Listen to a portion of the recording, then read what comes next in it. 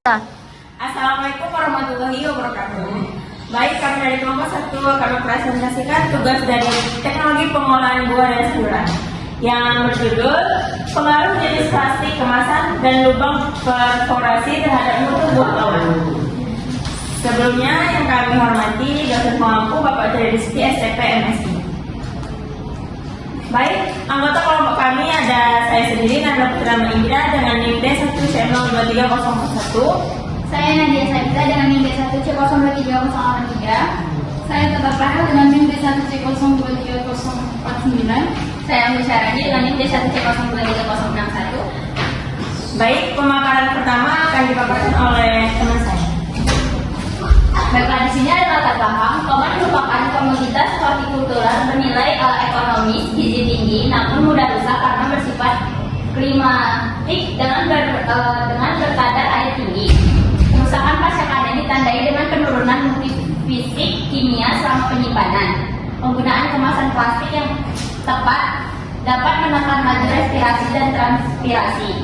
Jenis plastik dan jumlah lubang perforasi berperan dalam pengaturan pertukaran gas dan kelembapan.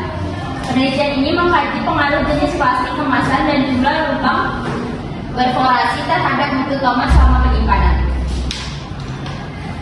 Selanjutnya ada rumusan masalah. Bagaimana pengaruh jenis plastik kemasan terhadap mutu buah tomat selama penyimpanan? Kedua, bagaimana pengaruh jumlah lubang perforasi pada kemasan terhadap mutu buah tomat. Ketiga, apakah terdapat interaksi antara jenis plastik kemasan dan jumlah lubang perforasi terhadap mutu tomat.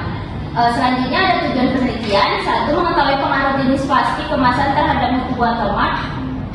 Kedua, mengetahui pengaruh jumlah lubang perforasi terhadap mutu buah tomat. Ketiga, menganalisis interaksi antara jenis plastik kemasan dan jumlah lubang perforasi terhadap mutu buah tomat. Selanjutnya ada tinjauan pustaka, tomat dan mutu pasca panen. Tomat merupakan buah klimaterik. Kedua, mengandung vitamin C, likopen, dan antioksidan. Ketiga, kadar air tinggi menyebabkan tomat bisa rusak setelah panen. Keempat, mutu tomat selama penyimpanan dinilai dari 1. Susut bobot, kedua warna, 3. tekstur, keempat pH dan total padat terlalu. Selanjutnya, pengemasan dan perforasi. Pengemasan berfungsi mengendalikan pertukaran gas dan kelembapan. Jenis plastik mempengaruhi laju respirasi dan transpirasi buah. Plastik PP dan PE memiliki sifat permeabilitas yang berbeda. Lubang perforasi berperan dalam mengatur sirkulasi udara, mencegah kondensasi, mengendalikan proses pemakaran. Kemudian ada metodologi. Waktu dan tempat dilaksanakan pada bulan November 2025 di Laboratorium Pengolahan Hasil Pertanian Fakultas Pertanian Universitas Jambi. Adapun alat dan bahan, yaitu alatnya timbangan, bahannya buah tomat varietas Cosmonaut dengan tingkat kematangan 50%, jenis plastik PP dan plastik PE. Metode penelitian menggunakan rancangan acak lengkap, yaitu RAL, pola faktorial 2 faktor. Faktor pertama, perlakuan 1 plastik polipropilen atau PP, yang kedua plastik polietilen atau PE. Faktor kedua, lubang perforasi L0 tanpa lubang perforasi, L1 3 lubang perforasi, L3 6 lubang perforasi. Selanjutnya ada prosedur kerja. Yang pertama, siapkan tomat dan cuci sampai bersih. Kemudian tiriskan sampai benar-benar kering. Lalu siapkan plastik PP dan PE. Kemudian berikan 3 lubang pada plastik PP dan PE dan 6 lubang pada plastik PP dan PE. Timbang 300 gram pada masing-masing sampel. Lalu ikat ujung plastik dan simpan pada suhu ruang selama 3 hari. Baiklah, di sini ada pembahasannya. Yang pertama, uji pH tomat. Berdasarkan tabel, nilai pH tomat pada keseluruhan perlakuan berada pada kisaran 3 sampai 4, yang menunjukkan bahwa tomat masih bersifat asam dan berada dalam kondisi mutu yang normal. Perlakuan PE 3 lubang dan PE 6 lubang, PP 3 lubang dan PP tanpa lubang menunjukkan pH 4, sedangkan PE tanpa lubang dan PP 6 lubang menunjukkan pH 3. Perbedaan nilai pH antar perlakuan tergolong kecil, sehingga menunjukkan bahwa jenis plastik kemasan dan jumlah lubang perforasi belum memberikan pengaruh nyata terhadap perubahan pH tomat selama penyimpanan. Dan pH yang relatif stabil mengindikasikan bahwa degradasi asam organik berlangsung lambat, serta belum terjadi aktivitas mikroba atau fermentasi yang signifikan. Yang kedua ada uji TPT pada tomat.